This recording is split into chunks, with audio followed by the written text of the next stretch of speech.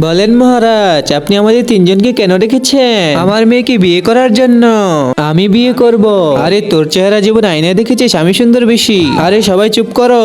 আমি আমার মেয়েদের বিয়ে কোনো জলপুরের সাথে নয়, বরং মানুষের সাথে দিতে চাই। তোমাদের তিনজনের ভিতরে যে একটি ভালো মানুষ আনতে পারবে, আমি তার একটি ইচ্ছা পূরণ করে দেব।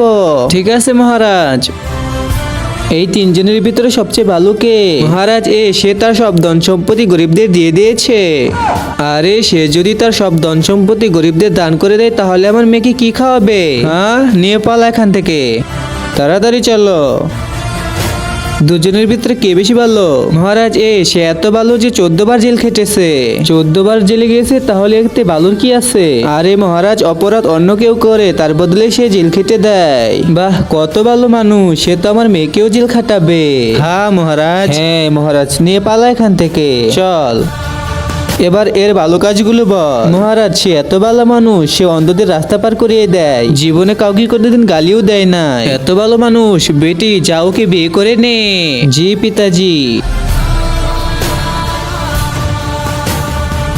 মহারাজ, আপনি বলেছিলেন না যে ভালো মানুষ এনে দেবে, তার 3টে ইচ্ছা পূরণ করে দেবেন। এবার আমার ইচ্ছাগুলো পূরণ করে দেন। সেটা দেখার আগে তোমরা যারা এই ছবিটাকে মন থেকে ভালোবাসো, তারা ভিডিওতে একটা লাইক দিয়ে চ্যানেলটিকে সাবস্ক্রাইব করে দাও। আর যারা শয়তানকে ভালোবাসো, তাদের কোনো কিছু করার দরকার নেই, তোমরা একটা লাইক সাবস্ক্রাইব করবে বলে আমি এত কষ্ট করে ভিডিও বানাই। হ্যাঁ বলো, তোমার ইচ্ছা কি?